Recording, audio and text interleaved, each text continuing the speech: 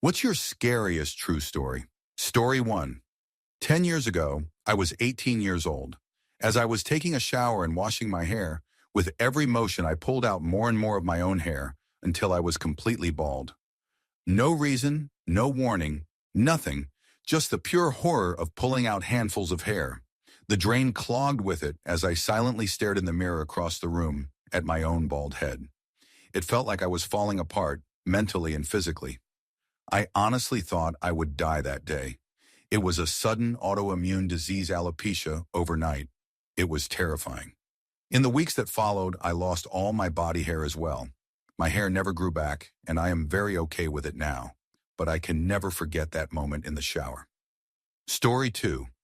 Many years ago, when I was in high school, I was staying up late playing video games. My parents were out, but that did not bother me. Being home alone never scared me. Around 3 in the morning, my parents finally arrived. This in itself was not unusual, but based on their demeanor, something had happened. My dad told me that on their way back from a friend's house far away, he noticed they were being followed. My mom had no idea, but my dad, being the driver, was aware of a car that had followed them for quite some time. Our house was in the suburbs, which meant getting there involved several turns. My dad purposely drove past our house without stopping, and my mom asked what he was doing. Sure enough, the car continued to follow them through the neighborhood. My dad eventually drove to the police station, and that was when the car turned away and stopped following them. It is scary to think what could have happened if my dad had not been alert and trusted his instincts. They would have opened the garage door with that car right behind them, and whoever was inside likely had malicious intent. Because of that experience, I learned to always be aware of my surroundings when driving. Story 3. Someone broke into my house today and made himself a plate of food, took a shower, put on my girlfriend's father's clothes, and even switched my laundry. My girlfriend and I walked in on him sitting by the front door. Her father knows a lot of people, and since the intruder was wearing his work shirt, we just assumed he knew him. The man asked us if we believed in God and told us the church had sent him. We immediately ran out and called 911. He did not chase us. He calmly walked out the door as we drove away. While on the phone, we watched him hop 2 fences very casually. He saw the police car coming down the road. Thank God the officer arrived within 1 minute and 30 seconds and ditched the shirt. We were not sure if the gun cabinet was locked, so we did not know if he was armed. The officer jumped out and detained him, and he calmly went to the ground. He destroyed the house, but did not take anything. He ruined my girlfriend's parents' bathroom door, tore up the tile in our room, and made a pile of items he planned to steal but never took them. He must have been in the house while we were out, because we had only been gone for 45 minutes. The timing of our return was incredibly lucky. My girlfriend accidentally honked the horn when we pulled up, which alerted him that we were home. Normally, we would have gone straight to our room and might not have noticed him if he was still in the shower or the kitchen. He already had previous charges of battery with a deadly weapon. Thank God we were lucky. He was definitely watching the house to learn our predictable schedule. Drugs can make people do terrifying things. Story 4. When I was 8 years old and my brother was 6, my mom picked us up from school one day. When we got home, she realized she had forgotten her keys, so she knocked on the door for my grandma to let us in. The architecture of the building is important to the story. We lived in a very nice apartment on the 8th floor of a long rectangular building with only 2 apartments per floor, 1 on each end. In the middle of each floor was a single elevator. The entire building was made of glass, with no external staircases or ladders, and the nearest structure was another building an entire block away. So we knocked on the door, and my grandma yelled from inside, "I am coming!" We waited for a minute, nothing. We knocked again. Once more, she said, "I said I am coming." 3 minutes passed, then 5.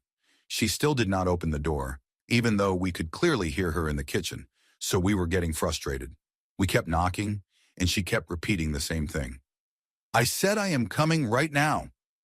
After about 10 minutes, the elevator opened behind us, and out came my grandma. The apartment had been completely empty the whole time. It has been 20 years since then, and my mom, brother, and I all remember hearing that voice that sounded exactly like my grandma. There has never been an explanation. My grandma is still alive, by the way. Story 5. This happened while I was living at my parents' house about 10 years ago. My whole family, my brother, sister, and parents, were at a Major League Baseball game that ran late into the night. I was working as a lifeguard in high school and usually finished around 9 in the evening. The pool was very close to my parents' house, so I could get home within minutes. When I got home, I took a shower and was trying to be quick because a coworker was throwing a party that night. As I got out of the shower and walked into my room, I suddenly heard shuffling and footsteps running downstairs. I yelled, "Hello?" thinking it was my parents. Then I called out, "Mom! Dad?" but got no answer, only the sound of feet rushing down the stairs. Moments later, I heard our garage door opening. You could manually lift it at the time because the opener was broken. That freaked me out completely because no one else was supposed to be home. I ran across the street to get my neighbor and her son, and we walked through my house together while I held a samurai sword, terrified that whoever was inside might still be there. The neighbor called the police. During the second walkthrough, we found that my dad's cash, about $200 to $300, was gone, along with my mom's diamond rings and earrings. A single pair of earrings was lying on the bedroom floor, and the jewelry box lid was open. It turned out that my parents' house was in the process of being robbed while I was there. I had been in the house with the intruders for some time before they realized someone was home. They must have heard the shower running and me calling for my parents, which startled them into fleeing. The footsteps and shuffling I heard were them escaping through the broken garage door they had clearly scouted in advance. The police said it was the third break-in in the neighborhood that week and that they had already been watching for suspicious activity without alarming residents. It was real and terrifying. The moment I realized my parents were not home and someone else was in the house with me was one of the most gut-wrenching feelings I have ever experienced. Story 6. When I was 16, my grandparents hired me to house sit for 3 weeks at their farmhouse in a small town. It was the second to last night of my stay, and everything had gone smoothly for a 16-year-old spending 3 weeks alone in a big, empty house. Around 1 in the morning, a thunderstorm began, so I decided to turn everything off and go to bed. I was upstairs in the front bedroom that overlooked the driveway, sitting on the toilet, when I heard a loud noise outside that sounded like a tractor or a riding mower. That was not too strange since my uncle lived down the street and usually took care of the lawn. But at 1 in the morning during a storm, it was definitely odd. Then I heard the side door to the house open and the sound of heavy work boots coming in downstairs. I thought maybe my uncle had come over to help in case of a power outage. What really unnerved me was that the 3 German shepherds lying at the foot of the bed were completely calm, which was not like them at all. They would usually bark at the slightest sound. I went to the window and looked out at the driveway. No cars, no tractor, nothing. Suddenly, the stomping below intensified, and it sounded like someone was banging a broom against the ceiling beneath me. That was when the dogs finally went crazy, and I went into full panic mode. The thunderstorm was getting worse. The banging grew louder, and the dogs were barking uncontrollably. Then all at once, the power went out and everything stopped. The dogs went silent. The stomping, the banging, everything ceased. The room was pitch black for about 5 minutes as I hid under the covers, frantically trying to call my uncle. After that, everything went completely back to normal, and the storm passed shortly after. It was the scariest and strangest night I have ever experienced. Story 7. I stayed at my friend's house to cat sit for 2 weeks this summer. Normally, I do not sleep over when watching someone's pets, but his cat has anxiety issues and will destroy everything if left alone overnight. My friend told me I could use his bedroom, which had one of those loft beds built over a desk and faced both the closet and the door leading to the hallway. I could not reach the light switch from the bed, so I had to climb up in complete darkness every night. The first few nights went smoothly. The cat was calm after being fed, and I would relax before going to bed. One night, though, I woke up suddenly. That was unusual for me, since I normally sleep deeply unless it is too hot, too cold, or noisy. But this time, there was nothing wrong. I was comfortable, not dreaming, yet my eyes shot open out of nowhere. I was lying flat on my back, which was odd because I usually sleep on my front or side. I was wide awake and felt strange, uneasy. I tried to close my eyes again, but something inside me refused to let me fall back asleep. As my eyes adjusted to the dark, I saw what looked like a figure standing in the closet. I stared, trying to make sense of it, thinking it must be a coat hanging there. Then it moved. It climbed up the end of the bed until it was hovering above my legs. I thought I could hear it breathing. I could not move anything below my neck. I squeezed my eyes shut as hard as I could, but I could still hear the steady rhythm of that breathing. At some point, I must have fallen asleep, because I woke up at 7 in the morning, still lying flat on my back and able to move again. For a moment, I had forgotten what happened, but then it all came rushing back. I grabbed my phone and clothes and ran out of the house. When I told my dad, he said it was probably sleep paralysis. He had experienced it around my age too. That explanation made sense, but I still slept on the couch with the lights on for the rest of the time I stayed there. Story 8. When I was a little kid, I used to have a recurring nightmare almost every week. I would be in the basement and hear a cat meowing. I would search for it in the dark until I found a sunken window at eye level where a faint light shone through. Lying in the window was a dead gray cat with empty eye sockets staring straight at me. It would let out a mournful shriek, and sometimes a red light would flicker in its eye sockets before everyone I loved would die. I always woke up at different points during the nightmare, and it got so bad one summer that I slept with the lights on every night. Every time I heard a cat meow, I was terrified it was the eyeless gray one from my dreams. Fast forward 25 years later, my wife and I were buying our first home. It did not have central air, so we decided to sleep downstairs in the basement for the summer. The room had one of those same sunken windows. One night during our first week there, we woke up to the sound of a cat meowing and scratching furiously at the window, trying to get in. In the dim light, I saw a gray cat, and one of its eyes was an empty socket staring back at me. We have slept upstairs ever since, but in a strange twist, the cat turned out to be the sweetest animal I have ever met. We named him Lou, and he now runs alongside me when I go jogging and plays with our new Australian Shepherd puppy. He is the most social cat I have ever known. Story 9. When I was young, my parents and I went to see a fireworks show at the Vinoy Hotel in Florida. We were chatting with a really kind woman standing next to us. She was a foster mom, adopted many animals, and loved charity work. I was dancing with her when my mom called me over, saying the fireworks were about to start. Less than a second later, the opening shot went off. The woman suddenly grabbed her chest and said, "Ouch! Something bit me." When she pulled her hand away, there was a perfect hole in her chest.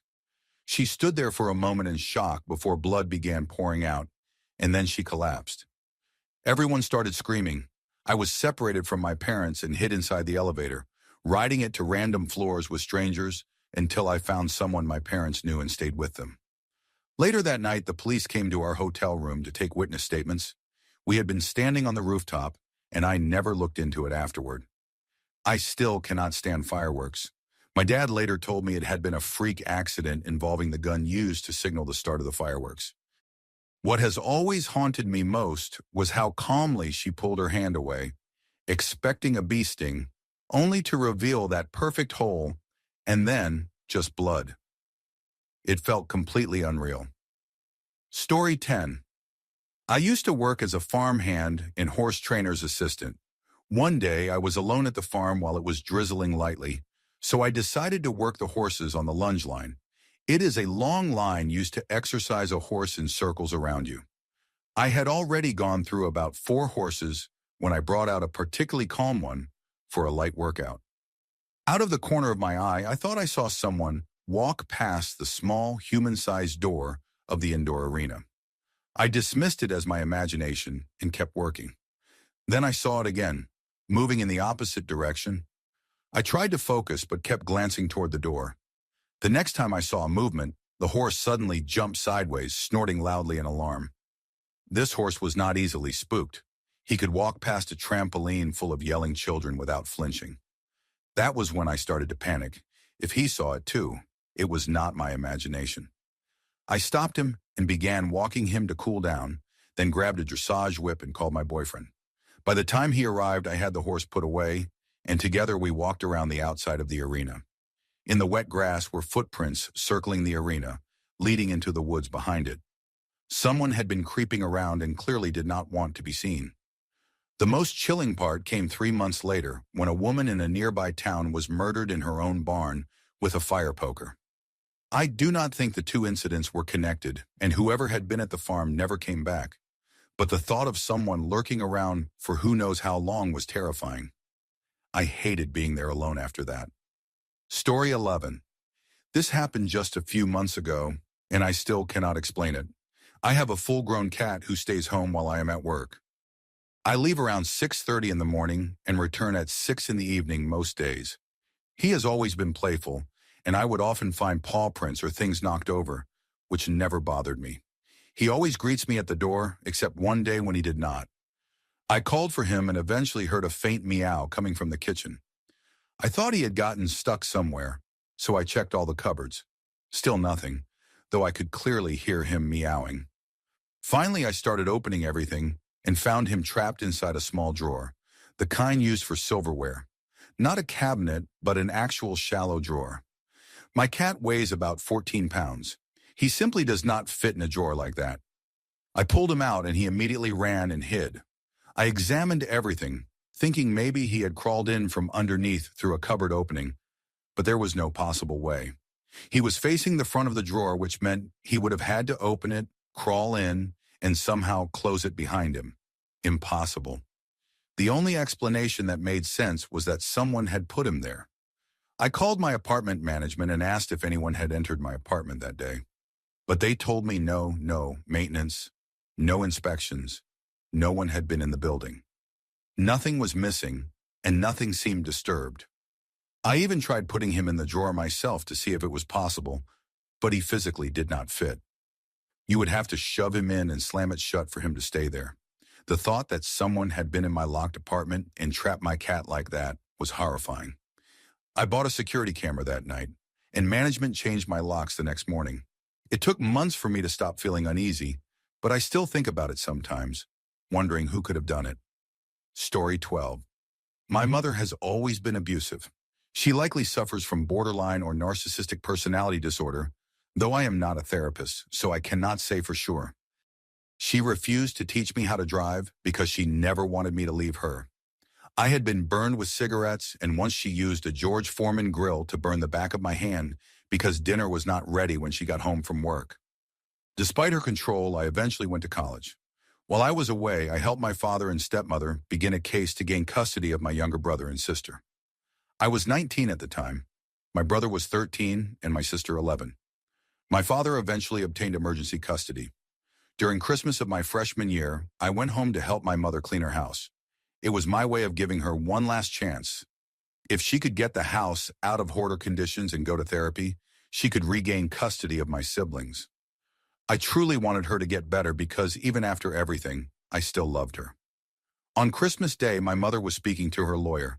She was obsessive and would call him constantly. He told her that I was going to testify on my father's behalf.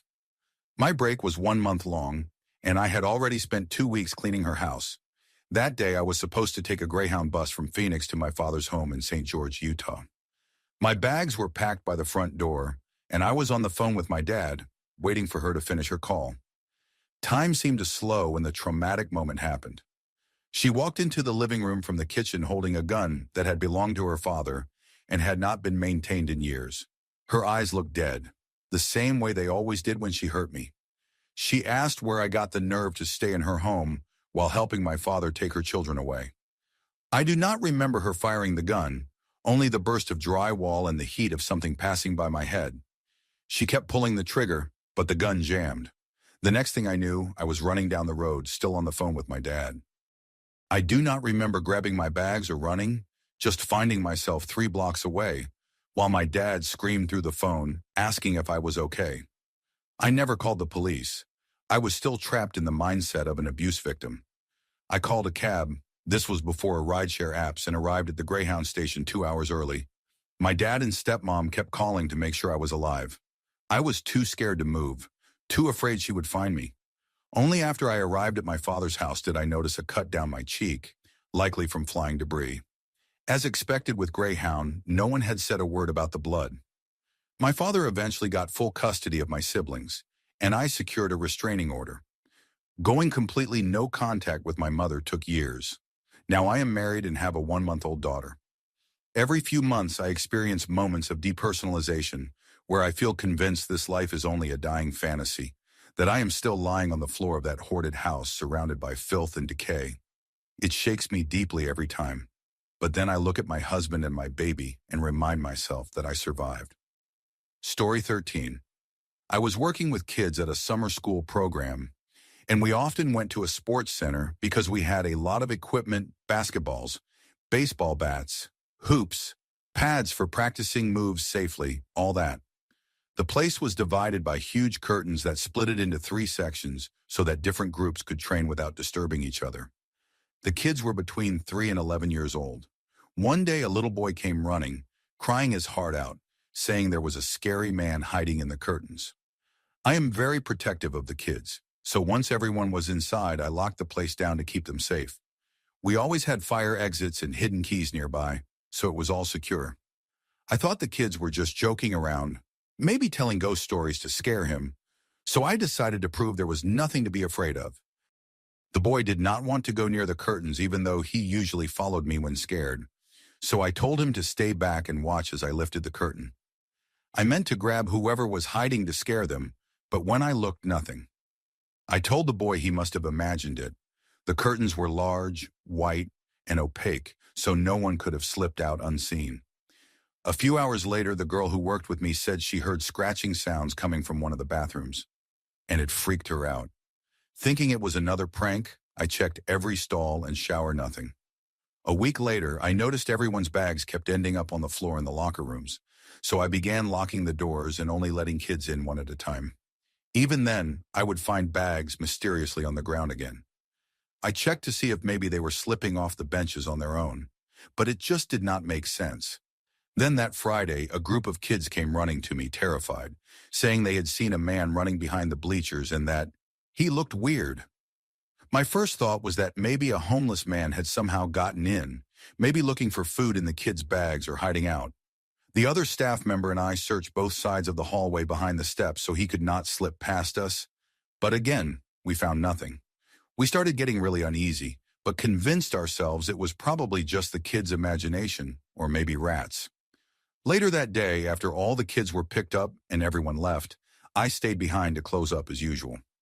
I had worked there for 3 years, so I had a routine: lock the main door, turn off the lights, put everything back, check for forgotten items, and go home. The building was dark, but I knew it well. While putting the basketballs away, I suddenly heard scratching noises coming from the changing rooms. My first thought was rats again, so I quietly went to check, trying not to startle whatever it was.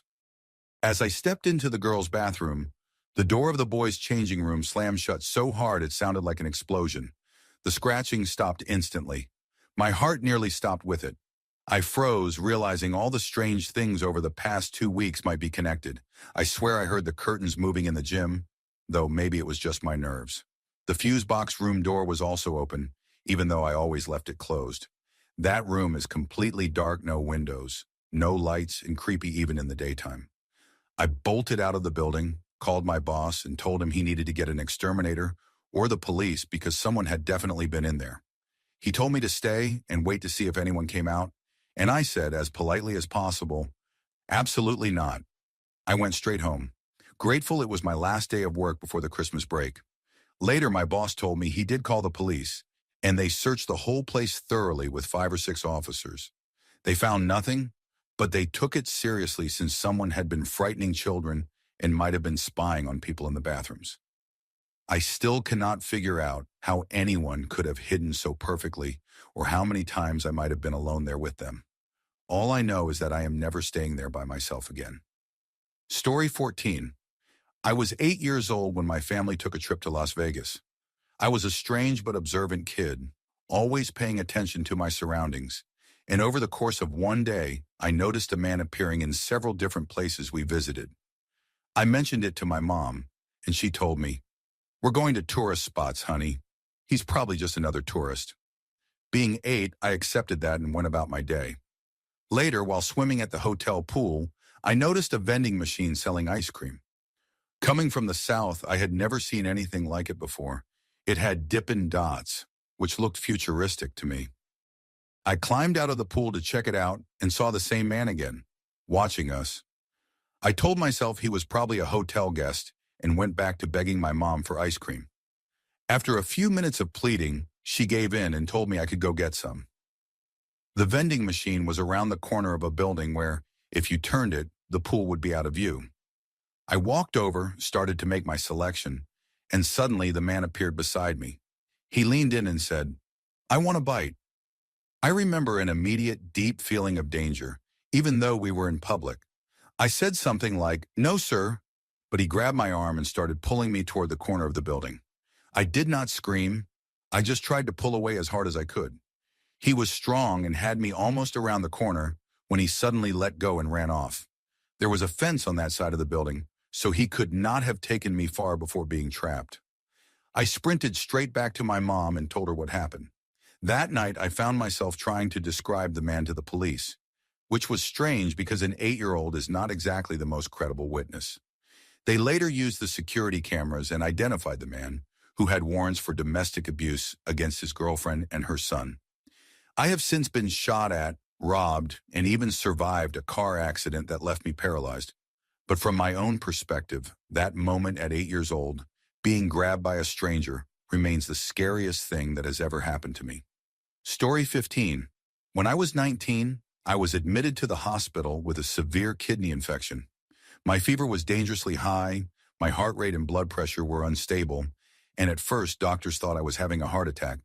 I was incredibly sick. On the day I was admitted, it took hours for a doctor to come see me after I was assigned a room. My friend who had driven me stayed to keep me company. While lying in bed, I suddenly saw my noni, my grandmother, standing at the foot of my bed. She had been dead for 15 years. She did not look ghostly or transparent. She looked completely real, wearing one of her usual muumuus and smiling warmly at me. It terrified me because I had heard stories of people seeing deceased loved ones come to escort them when they were dying. Just as suddenly as she appeared, she vanished. I asked my friend if she had seen anything, but she said she had been looking down at her book. I knew I was very sick and figured maybe it was a fever hallucination. Still, it felt so real. After waiting 8 to 10 hours, the lead doctor on my case finally walked in to introduce himself, and he looked exactly like my papi, my nani's late husband. When my mom arrived later that day after driving 4 hours from home, she was speechless when she met him. She said he looked exactly like her father. We were both stunned. Logically, I know it could have been a coincidence, and that my vision of Noni might have been a fever dream, but it all felt too connected. I like to think that my Noni appeared to let me know everything was going to be okay, and that the doctor resembling my papi was a sign that my loved ones were watching over me. Looking back, it no longer feels terrifying, just comforting.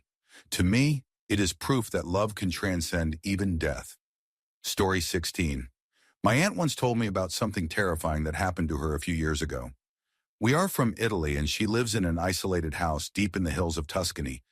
Those hills are stunning in the summer, but in winter, especially at night, they are eerie and silent. One cold, dark winter night, she was home alone with her 3-year-old son. My uncle was working a night shift, and around 11 o'clock the doorbell rang. She stepped out onto the balcony to see who it was and saw a man standing there, maybe around 30 years old. He did not look immediately dangerous, but she noticed he was unusually tall, about 2 meters, or around 6.5 feet. He told her he had crashed his motorcycle a kilometer or 2 away and asked if he could come inside. My aunt is a kind, trusting woman, and normally she would have helped without a second thought. But as she later told me, something inside her told her not to let him in. Instead, she went back onto the balcony and said she would call the police and an ambulance for him. The moment she said that, the man took off, running into the darkness. She quickly locked all the doors, called the police and my uncle, and stayed awake with her child the rest of the night. The police never found him. To this day, we do not know what that man intended, and I am very thankful we never found out. Story 17. I used to work in one of the oldest pubs in my town, a place that was several centuries old and sat right beside a church. People said there were tunnels running from the church under the pub's cellar to what used to be an underground bar. That underground bar had been closed since the 1970s, but it was now used as a massive beer cellar. One afternoon, I was taking a beer delivery. The delivery hatch outside led down a steep path into the cellar, and I would roll the barrels down, then carry in the crates of beer and soft drinks afterward. It usually took about 2 hours to finish. That day, I had just finished getting the barrels inside and went back for the crates. I loaded the first batch onto the jack truck and wheeled it into place. When I turned to grab the next batch, I walked straight into a stack of crates that had not been there seconds before. I stood there confused, thinking maybe I had moved them earlier without realizing it. But when I went back to the hatch, there was still one crate left outside. I returned to find 6 more crates waiting neatly in a pile behind me. I was completely alone in the building. Story 18. The house I grew up in was built in the 1960s, and there were dark stories about it long before my parents bought it. According to the realtor, one of the families who lived there had abused and killed their daughter inside the home. He had to disclose the death by law and mentioned that no family had lasted there for long. Over the years, we found unsettling things: a large dried bloodstain hidden under wallpaper in the master bathroom, and a deadbolt lock installed on the outside of one of the bedroom doors. The house always felt heavy, and even skeptical friends refused to stay over because of the oppressive atmosphere. I avoided one particular bedroom for years because simply standing near the doorway filled me with overwhelming dread. Every member of my family experienced something strange there. The worst for me happened when I was around 14 or 15. I was up late watching television in my room while my parents were asleep. Out of nowhere, I felt that same paralyzing dread and heard a slow scratching sound at my door. Long, deep scrapes, like claws dragging across wood. We had a dog, but she was asleep in the room with me. The scratching went on for what felt like forever, 10 or 20 minutes, maybe more. I was frozen in fear, certain something was going to break through the door. When it finally stopped, I eventually fell asleep. In the morning, I saw long, thin scratches covering the bottom half of my door, as if someone had dragged a knife repeatedly down the wood. Another eerie thing happened to my dad, who never believed in ghosts. He used to make fun of the idea, joking out loud, "If you're really here, why don't you prove it?" That became a running thing for him until the ghost apparently had enough. For months, whenever he carried a plate of dinner to the table, something would slap it right out of his hands. It never happened when he was alone, only in front of witnesses, so he could not laugh it off as clumsiness. This continued until one night he finally apologized out loud for mocking whatever was there. After that, it stopped completely. He never joked about ghosts again, and we all learned to treat that house with a quiet kind of respect. Story 19. When I was a first-year college student, I worked as a barista on campus. We closed at 11 at night, and the shift ended at midnight to allow time for cleanup.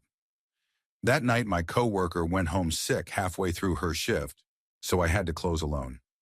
After locking up, the only thing left to do was take out the trash. The dumpster was near a dorm parking lot.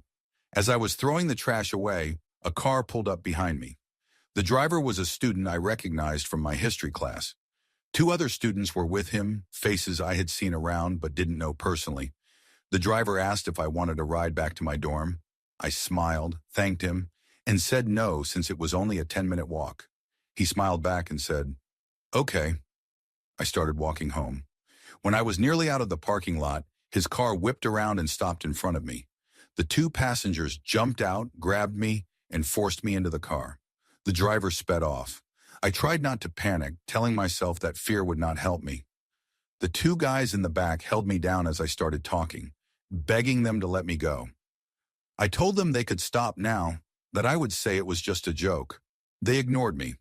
I tried to humanize myself, talking about nursing my grandma after her surgery, about helping deliver my baby brother, about my dad's suicide.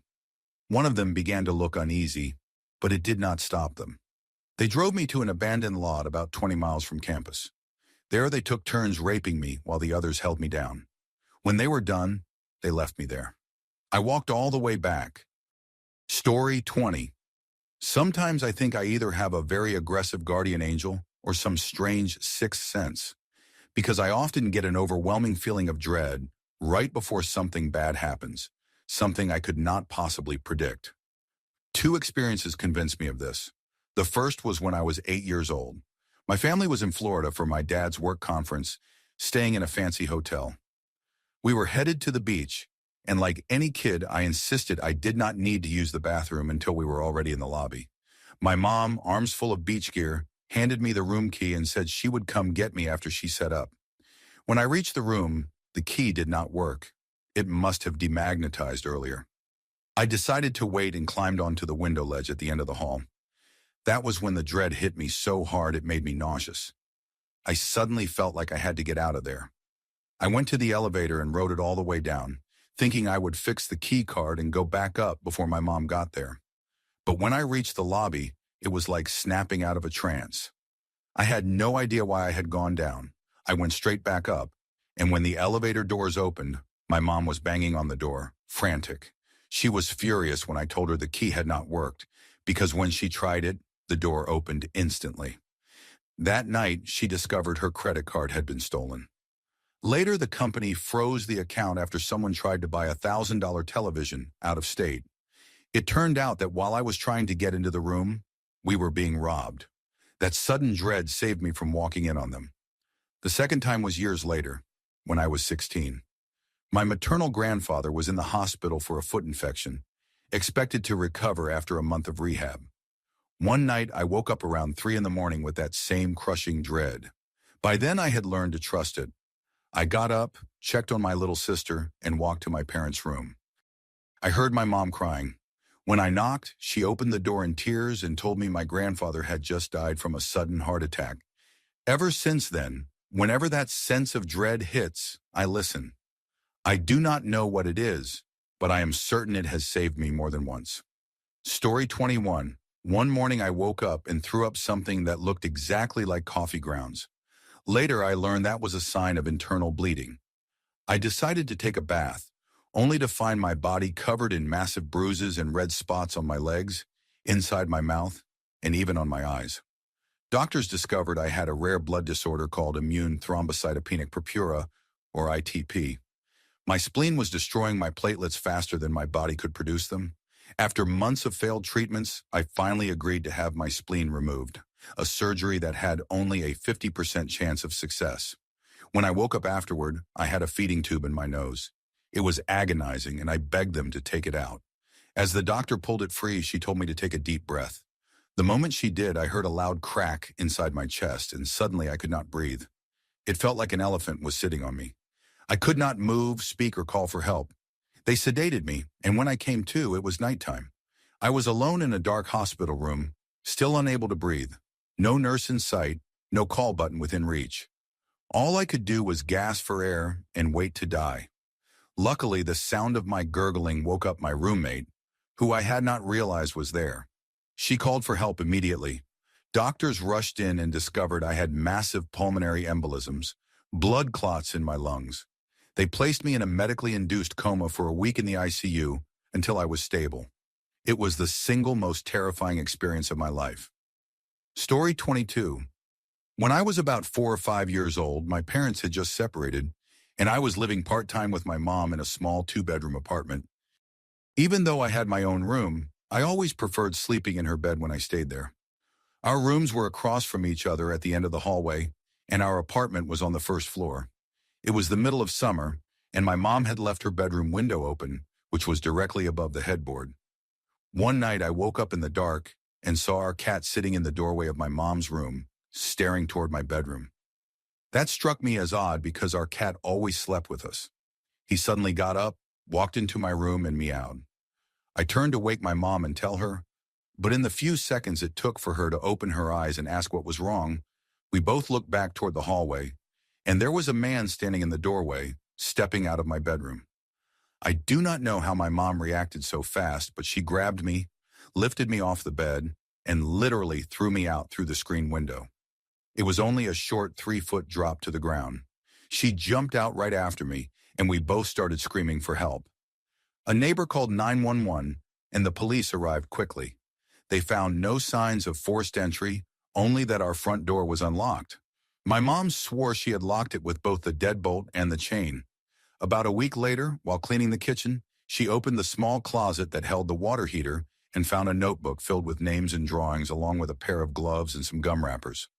The police came again and concluded that the man had probably been inside our apartment. hiding, waiting for us to fall asleep. Story 23. During my freshman year of college in 2016, on Veterans Day, I think I was driving from Ohio State down to Miami University to visit some friends for the weekend. I had lost my debit card, which happened to me often, so I was stopping at banks along the way to withdraw cash inside. I also had a bad habit of keeping my gas tank nearly empty. About 30 minutes from my apartment, I stopped at a Huntington bank, only to find it closed. Frustrated, I tried to gather all the spare change in my car and pulled into a nearby Speedway gas station. As I was counting coins, a guy in a black hoodie approached and said he would fill my tank if I gave him and his girlfriend a ride to her drug test. Being too nice for my own good, I said sure and let them in. He asked if we could make 2 stops first, promising he would still pay for my gas. At the first stop, his girlfriend, Terry, a stripper and recovering pill addict, according to him, went inside her dad's house. The guy pulled off his hoodie, revealing a bunch of tattoos on his face and neck, and said, "Looks like I've been through some stuff, huh?" I nervously laughed while he told me his life story for almost an hour. When Terry came back, we drove to another stop near an elementary school. I thought we were picking up a kid wrong. He went to some guy's house, came back half an hour later, and as we drove off, he pulled out a Pepsi can, a needle, and did heroin in my passenger seat. Terry calmly asked me to pull into a Dollar General so he could recover. Then we drove to a BP station, where he got out and started asking people for money instead of paying for my gas. He told everyone I was his little brother who needed help. For reference, I'm light-skinned black, dressed in a polo and chinos, and he looked like a disheveled white guy in an oversized hoodie. Yet somehow, people believed him. We went to 3 more gas stations like that, and I was fuming. Eventually, Terry went in for her drug test, leaving me alone with him. He pulled out a massive hunting knife, stared at it, and started talking in a slow, melancholy tone. I honestly thought that was it. I was about to die. But when Terry came back, he suddenly became cheerful, said I had been cool, and promised to give me money and more gas. He made another stop at a Turkey Hill, started hustling people for cash again, and got $20. I thought I was finally in the clear until he directed me back to the same place as before, Ty's house, to get more heroin. He used again in my car, but this time he overdosed so hard he could barely move. Terry called her mom to pick them up, and they argued while I sat there terrified. Eventually, she said they would wait at a McDonald's. I dropped them off, pretended I would stay, then sped straight to an Arby's across the street and called my girlfriend, finally breaking down from the 6-hour nightmare. I finished my drive to Miami afterward, and that was the first and last time I ever let a stranger into my car. Story 24. One night my parents were out and I was in charge of watching my siblings. It was close to midnight. My older brother, who was about to start 6th grade, was downstairs with his friend, and my sister, going into 7th grade, was upstairs with her friend. I was at the kitchen table near the back door, playing a game on my phone with my brother and his friend. Suddenly, I saw a flash of light through the glass door. There was no thunder, no storm, just light. My brother's friend asked if anyone else had seen it, and I said yes. It immediately unnerved me because 3 days earlier, a car had followed my brother and me home from the pool late at night, and we'd seen flashes coming from the back seat, like a camera going off. I brushed it off then, but seeing that light again brought all the fear back. I went upstairs to check on everyone. I looked out the stair window, clear night sky, no lightning, nothing. I gathered my little brother and went to my sister's room to tell her and her friend. My sister panicked. She never stays calm in scary situations. We locked ourselves in my parents' bedroom, the only room with a lock. My sister's friend peered through the window and thought she saw someone standing outside, though it was too dark to be sure. I tried to calm everyone down by saying it could just be kids playing with flashlights in the street behind us. When my parents got home, we told them what had happened. While we were talking, I saw another bright flash, this time from the living room. My heart jumped, but since my parents were there, I felt braver and asked if anyone else had seen it. My sister hadn't, but her friend said she did. We all went to bed afterward, but the next morning I realized something. There was no way a flashlight could have illuminated the entire back door from the street behind us, especially since that street was nearly 200 yards away. Nothing else came of it, though strange things continued to happen in our backyard over time. My brother later said he saw something white dart across the yard one night. No one else was awake. Then about a month ago, I had my own encounter. It was around midnight, and I was lying in bed listening to music when I heard a series of knocks coming from my wall. Not random bangs, but a clear, repeating pattern. Then it came again, right next to my head.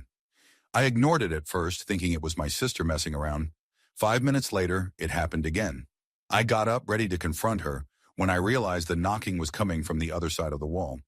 The problem was that the other side of my wall faces the backyard, and I'm on the second floor. I double-checked that my sister wasn't playing a prank, but she hadn't even been near my room. We looked outside and saw nothing. That was the last major thing that's happened, and I really hope it stays that way. Story 25. Less than 24 hours ago, I experienced something that I still cannot explain. I work at a production site in southeastern Ohio, and it was about 2:30 in the morning. There were only 3 of us on shift.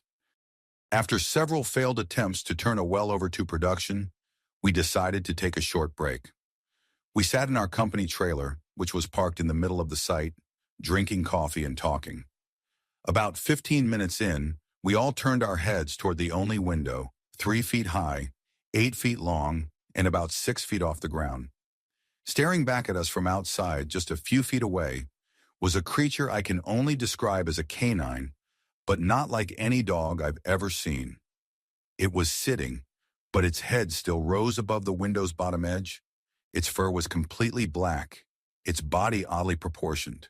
The head was square like a pit bull's, but with a long snout, and its upper fangs jutted down past its bottom lip. Its shoulders were massive like a Rottweiler's, but its chest was unnaturally deep, tapering down toward a thin, greyhound-like waist. The front legs were thick near the shoulders, but narrow near the paws. Around its neck was a short, bristled mane. The tail was long like a hound's, but bushy like a wolf's. Its eyes glowed yellow with streaks of red and blue that shimmered when it moved, hypnotic and terrifying. The creature stared directly at us, making a low, rumbling sound, not quite a growl, more like the vibration of an engine.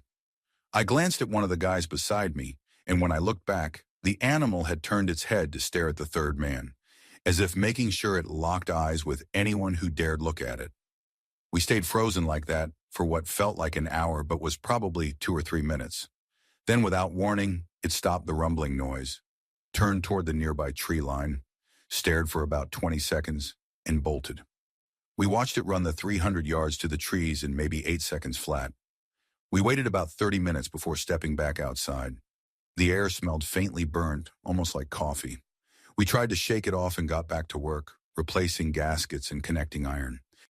About an hour later, just as we were preparing for another pressure test, a blood-curdling scream came from the same tree line, the kind of sound that makes your spine lock up. It echoed for several seconds, shrill and otherworldly, like a banshee wail. We decided we were done for the night and retreated to the trailer until shift change at 5 in the morning. When the next crew finally arrived around 5:15, I stepped outside to brief them. One of the new guys was mid-conversation saying, "That was not a horse." I asked what he meant, and they told me they had seen a huge dark animal walking down the road half a mile away. As they described it, my stomach dropped. It was exactly what we had seen. None of us had said a word to anyone else, but their account matched ours perfectly. We later checked the area around the trailer and found a single footprint near a mud pit. It had 5 toes plus a dew claw, each with visible claw marks. I have spent years outdoors working nights and have seen wolves, coyotes, and dogs of every size. Whatever this was, it was not natural, and if it is undiscovered, I am in no hurry to meet it again. Story 26. This happened only a couple of weeks ago, on the night of the 18th of October. My significant other and I had just landed in Tokyo after a late flight from Hong Kong. We checked into our hotel in Itabashi around 3 in the morning, completely exhausted and ready to collapse. When we entered our room, it felt tiny and suffocating, the air thick and uncomfortable. I just wanted to sleep, but my partner was visibly unsettled and started pacing, saying he could not relax in there. I brushed it off, too tired to care, and drifted off only to jolt awake half an hour later after seeing a horrifying face appear inches from mine in a dream. My partner was still pacing restlessly, and I felt a strange, oppressive presence in the room, like something invisible moving around angrily, disturbed that we were there. I asked my partner to lie down, and I imagined wrapping him in a kind of protective shield. After a few minutes, he began to settle, but I still felt that energy circling the room. Every time I started to fall asleep, the sense of it creeping closer jolted me awake. Finally, I decided to confront it directly. I have had a few strange moments like this in my life, where I speak to whatever I feel through my thoughts. I have never truly believed in the supernatural, but this time felt different. I focused on it until I could sense its attention on me. The dark, chaotic presence suddenly shifted into the image of a young girl sitting in the corner, crying softly. I spoke to her gently, telling her I was there with her. After a moment, she looked up, smiled sadly but sweetly, and vanished. Then a small orb of bright light floated up where she had been, expanding until it filled the room, before bursting into a soft glow that made the whole space feel brighter and somehow larger. The heaviness was gone. When we woke up the next morning, I dismissed it as my imagination. But the first thing my partner said was, "What did you do to the room last night?" He said it felt completely different now, peaceful, comfortable. It turned out he had felt the same oppressive energy but had no idea how to handle it. He kept thanking me over the next few days, even though he swears he does not believe in ghosts. I still do not know what to believe, but after that night, the room felt warm and welcoming, and the rest of our trip in Tokyo was wonderful. Story 27. This just happened last week. I'm in college living in an off-campus apartment with my roommate. Let's call him Kurt. He has this habit of turning on every light and leaving them on, which drives me crazy. Another thing, when the front door opens, it makes a very distinct sound and causes a rush of air that rattles the interior doors. You can always tell when someone comes or goes. That evening, I was at my brother's place playing with his new puppy. Around 9, I saw a text from Kurt saying there was a free concert in the basement of a nearby restaurant and that we should go. I didn't reply since I just wanted to get home. When I got back, I texted him asking where he was, and he said he'd gone to the concert. 10 minutes later, he called me while I was in the bathroom. We talked for a bit, and then mid-sentence, his voice glitched. He repeated the last few words several times really fast, then screamed, and the line went dead. My heart dropped. I called him back twice. It rang a couple of times, then went to voicemail. I texted him frantically, trying to figure out what happened. Then as I rushed out of the bathroom, I realized the only lights on were mine and the one in the bathroom. The rest of the apartment was pitch dark, which was weird for Kurt. I was about to check the windows when I suddenly heard someone upstairs call my name. I froze. Seconds later, Kurt walked down the stairs like nothing had happened. He smiled and said, "Hey man, my phone died halfway through the call, sorry." I was visibly shaken, and when I told him what happened, he just said, "That's weird," and shrugged it off. What still terrifies me is that I never heard the front door open, not once, even though it's impossible to miss. There were no footsteps, no air shift, and he was standing upstairs in total darkness, something he never does. Normally, when he gets home, he flips on every light in the place.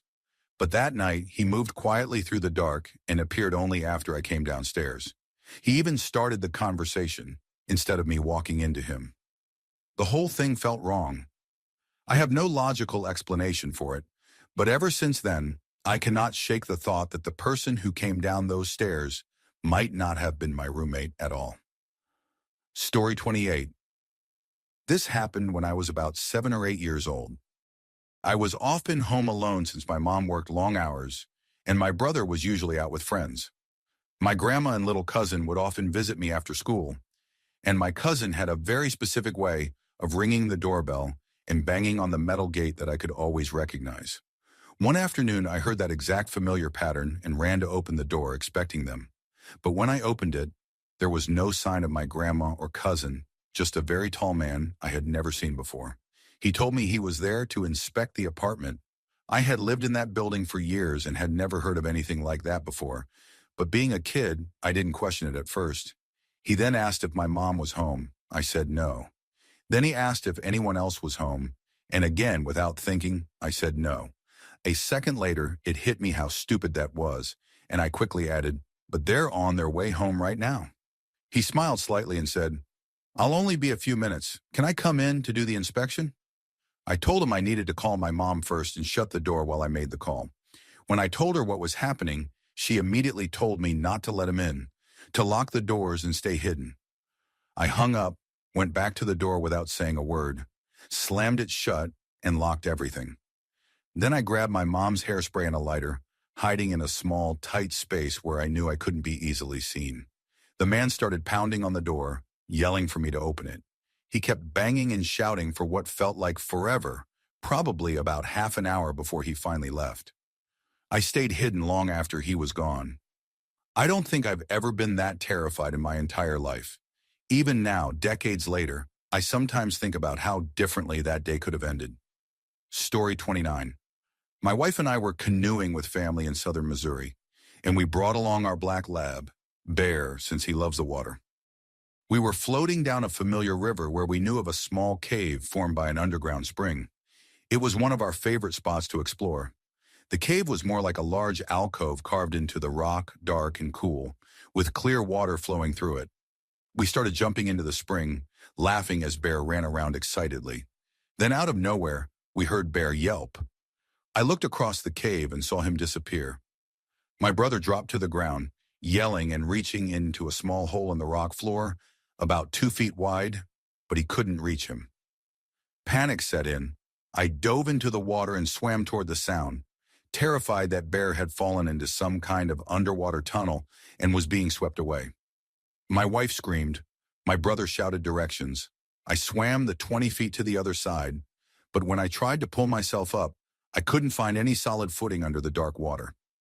Then I felt a hollow space beneath the rock and realized there was a hidden cutout under the ledge. I took a deep breath and dove into it, certain I was about to find my dog's body. A few feet in, I surfaced again into a small, still pool, and there he was, clawing at the rock wall, desperate to get out. I grabbed him, pushed him up onto a ledge, and somehow managed to pull myself out after him. He was shaking, but alive. That was 4 years ago, and I still think about it all the time when he curls up next to me on the couch. Every now and then, when I run my hand over his fur, I remember that moment underwater, the fear, the silence, the feeling of finding him alive, and I give him a few extra ear scratches, just grateful he's still here. Story 30. When I was 15, I went to a friend's house for a party that was supposed to last all night. Everything started fine. We drank a little nothing crazy, since I was underage and the rest were just barely over the limit, and by 3 a.m, everyone was winding down. My best friend, who was normally the last to sleep at any party, suddenly lay down and passed out cold. It was strange, but we just let him rest. There were 4 of us still awake, chatting quietly, while 2 couples slept upstairs. Around 4:30, my friend suddenly sat up, gripping the crucifix around his neck. His eyes were open but blank. Then he started speaking in what sounded like Latin, pacing the room and repeating, "They're here," over and over between the strange words. At first we laughed, assuming he was drunk or pulling a prank, but then he ran upstairs, shouting, still chanting the same eerie phrases. Me and another friend tried to stop him, but it was impossible. He was stronger than I'd ever seen him, like something had taken over. He started checking every room, shouting, "They're here!" again and again. We called to the others upstairs, but they thought we were messing around and didn't come. After he'd gone through every room, he rushed outside, clutching his head in his hands, rocking back and forth.